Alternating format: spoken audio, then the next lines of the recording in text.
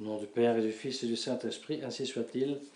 Bien chers fidèles, lundi et mardi, après la Pentecôte, sont des fêtes aussi de première classe dans cette grande octave.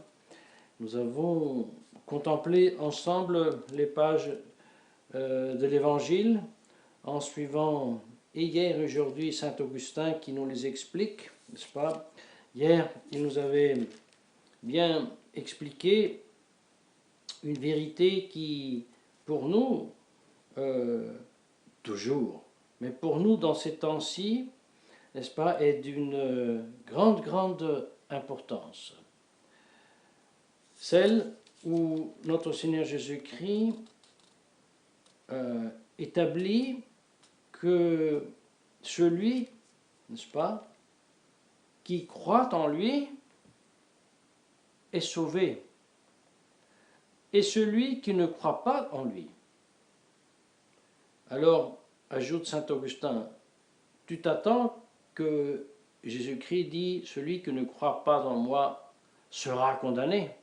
Non, dit-il, il ne dit pas ça. Il dit, il est déjà condamné. Il est déjà condamné. Et il ajoute, en termes juridiques, le jugement n'a pas encore été publié et la sentence est déjà prononcée. Et le juge qui a prononcé la sentence, c'est celui qui ne croit pas.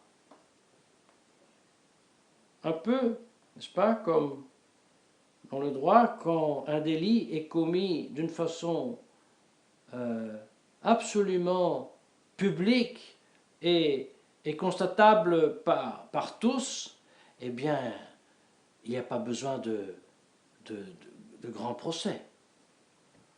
Il y a tout de suite la sentence. Eh bien, celui qui ne croit pas, eh bien, c'est lui-même qui juge et qui déjà, en ne croyant pas, formule déjà la sentence.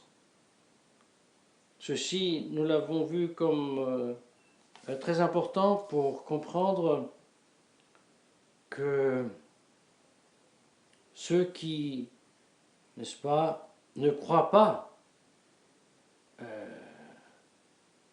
ne peuvent pas faire part du corps mystique de l'Église.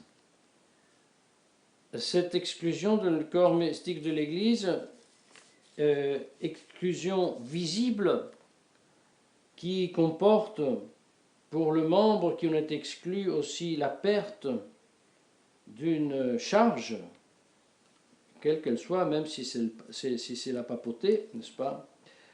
Nous l'avons dans un sens dédramatisé en disant que, en théorie, n'est-ce pas, même en pratique, surtout si on parle pour les petits enfants protestants qui croissent et qui professent la première fois la foi protestante, eh bien, ils cessent d'être membres de l'Église, mais sans avoir commis un acte avec une volontaire malice de leur part.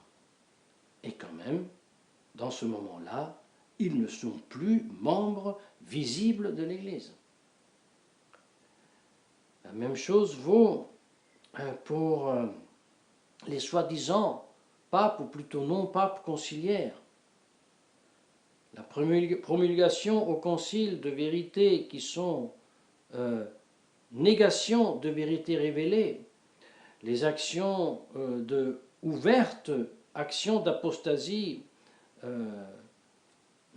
posées ad assise, et non seulement par Jean-Paul II, mais même par Benoît XVI, les affirmations par écrit ou par oral qu'il n'est pas absolument nécessaire croire en Jésus-Christ pour se sauver, que nous avons le même Dieu avec les musulmans, et que les autres religions en tant que religion sauvent, toutes ces choses-là, il faut, à la lumière de cette vérité révélée par notre Seigneur Jésus-Christ et interprétée par la Sainte Mère Église, les pères de l'Église et le magistère, ils font constater que, avant encore de parler de malice, n'est-ce pas, de ceux qui posent l'acte, non, on constate tout d'abord que avant tout jugement, avant toute publication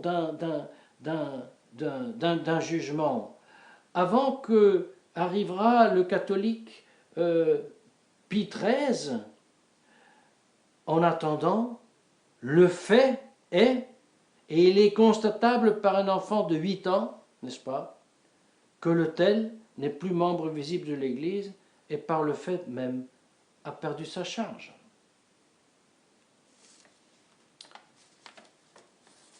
Ceci a certainement une prémisse, et cette prémisse est l'objet de l'évangile de ce jour. Dans cet évangile, n'est-ce pas, aussi commenté par saint Augustin, nous avons notre Seigneur qui dit qui n'entre pas dans le bercail par la porte, n'est-ce pas, c'est un voleur et un assassin. Bien. L'explication de saint Augustin passe en revue tous ceux qui veulent entrer dans le bercail sans passer par la porte qui est le Christ. Ego sum ostium, moi je suis la porte, de même qu'il dit moi je suis le bon pasteur. Et nous avons vu avec saint Augustin et conclu qu'il est facile de reconnaître que le païen qui dit moi je te rends heureux, n'est-ce pas, mais sans que tu aies besoin d'être chrétien, d'être catholique, nous disons entre guillemets c'est facile à le comprendre, il était facile à ne pas suivre telle secte New Age, etc. Il n'est pas non plus très difficile de comprendre lorsque saint Augustin se pose la question que dirais-je des Juifs, n'est-ce pas? Ils ont lu, ils ont célébré le Christ, ils espéraient dans sa venue, mais quand il était devant eux, ils l'ont nié. Et là, il est entre guillemets facile de dire je ne vais pas suivre ceux qui ont mis en croix notre Seigneur Jésus-Christ. Ensuite, à la fin, saint Augustin dit mais laissons cela, voyons si au moins entrent par la porte ceux qui se glorifient du nom même de Jésus-Christ.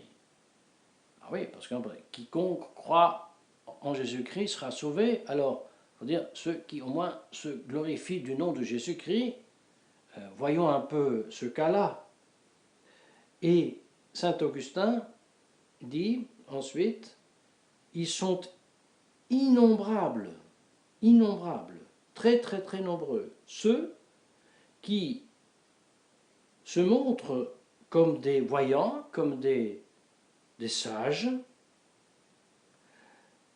et veulent être considérés comme des illuminés par le Christ. Et pour cela ils disent, suivez-moi, moi je suis illuminé par le Christ, n'est-ce pas? Moi suivez-moi, que moi je vous ferai vivre heureux et heureux pour toujours. Eh bien, de cela, saint Augustin dit, ce sont les hérétiques. Alors la question se pose pour nous. Comment fais-je à reconnaître s'il s'agit maintenant d'un hérétique ou non? N'est-il pas le catholique illuminé par le Christ? N'est-ce pas? Ou alors, mon curé, n'est-il pas illuminé par le Christ? N'est-ce pas? Mon évêque, mon pape, n'est-il pas illuminé par le Christ? N'a-t-il pas l'assurance de l'infaillibilité? Donc, il faut que je le suive.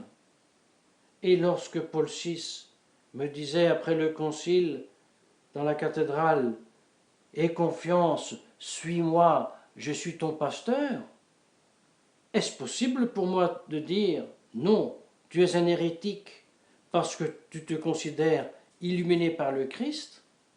Est-ce possible ou n'est-ce pas possible? Ai-je le droit ou n'ai-je pas le droit de entendre même un pape, ou au moins un que je pense être pape, n'est-ce pas? Ai-je le droit, en l'écoutant, de dire non? Ça, c'est pas la voix de mon pasteur. Je te fuis, je ne te suis pas. Ai-je le droit ou n'ai-je pas le droit? Et quelles sont les conséquences?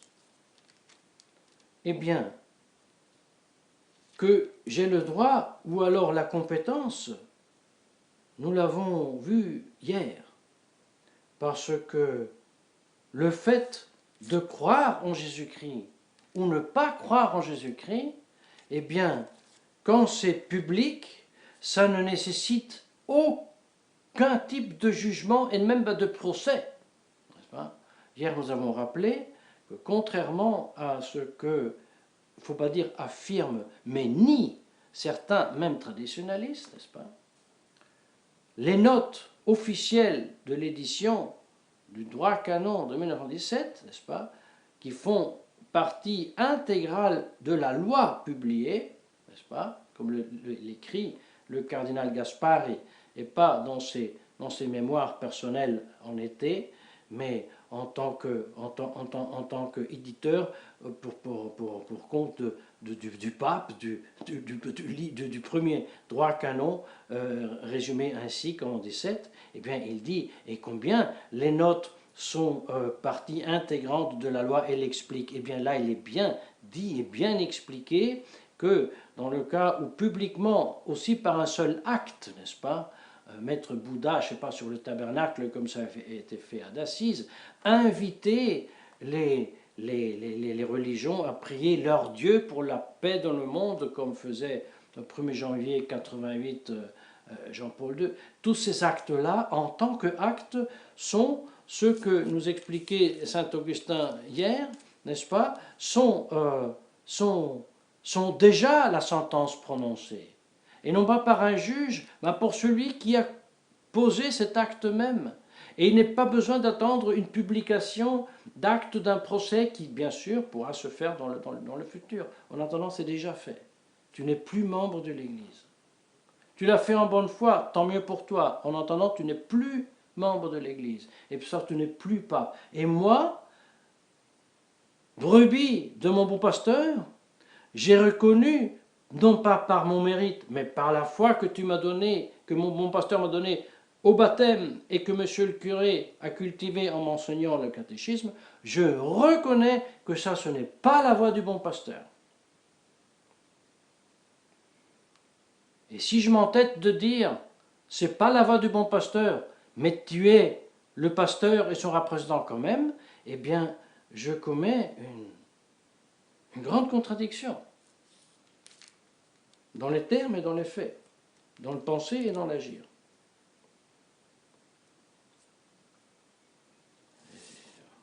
Dans la suite donc de ces considérations, que donc sont celles que nous avons fait hier et aujourd'hui, nous avons conclu que, après avoir assuré que nous avons les compétences et c'est pour ça aussi le devoir et par conséquent le droit, n'est-ce pas, de reconnaître la voie étrange, la voie qui n'est pas celui du bon pasteur, et le devoir de la fuir et de ne la pas suivre à moitié, n'est-ce pas?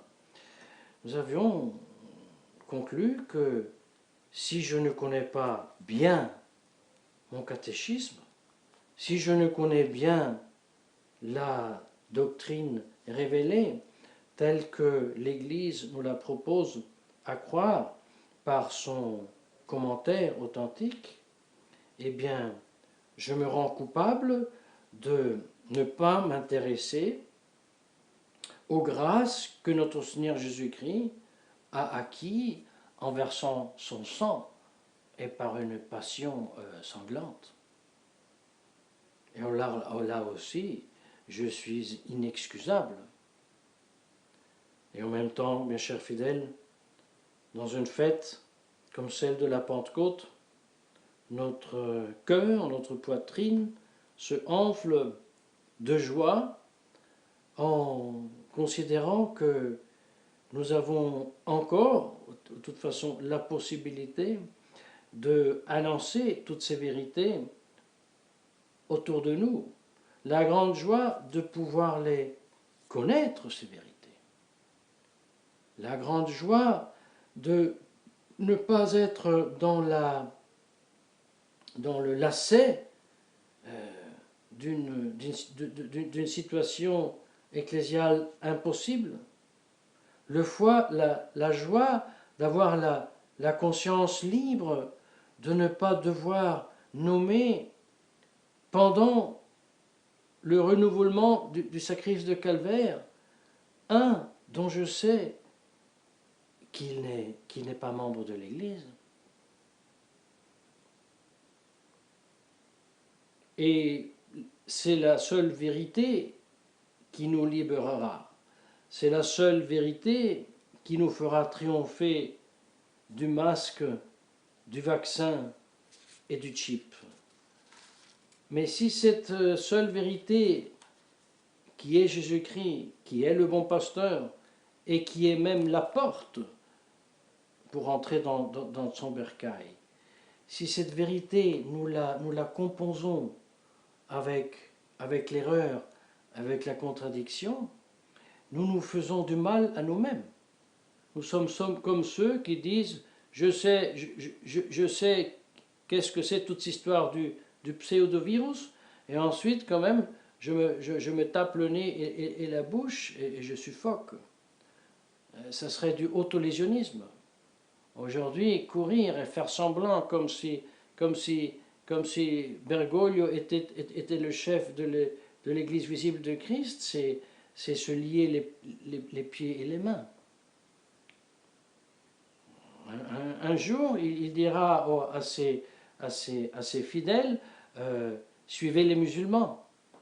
Quand les musulmans se seront possessés de la société et que les femmes, même catholiques, devront porter le tchador, Bergoglio dira qu'ils les portent, le tchador. Que feront les traditionalistes? Porteront eux aussi le tchador?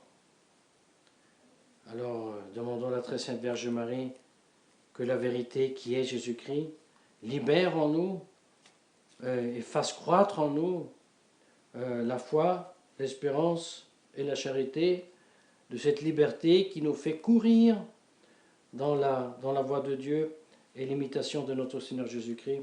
Au nom du Père et du Fils et du Saint-Esprit, ainsi soit-il.